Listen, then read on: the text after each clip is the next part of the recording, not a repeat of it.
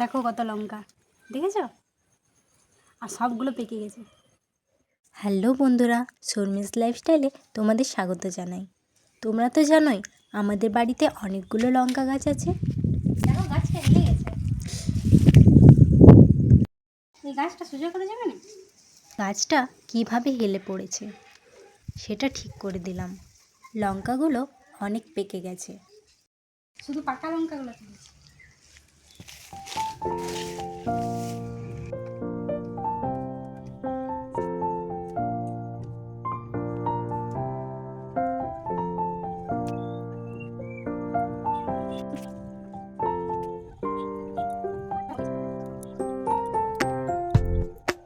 আবারও বেশ কিছু ফুল এসেছে।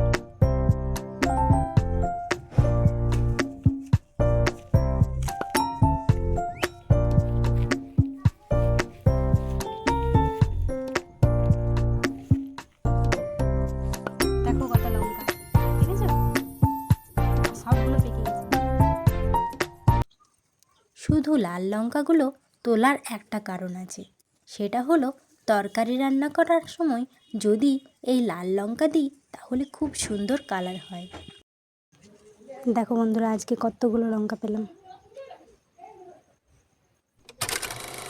তোমরা নিজেরাই দেখে নাও মাংস রান্নার কালারটা।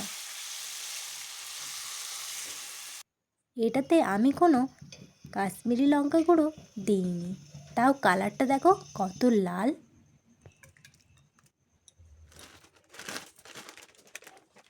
দুপুরের খাওয়া দাওয়া সেরে চলে আসলাম ময়দা মাখতে। ময়দা মাখার সময় দই দিয়ে মাখলাম।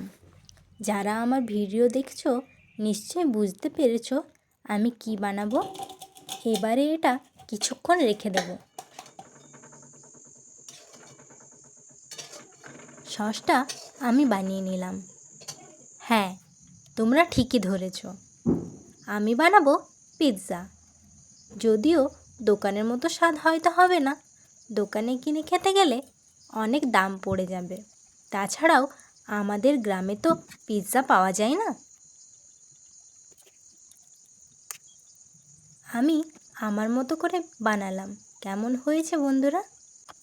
আমাকে কমেন্টে জানিও।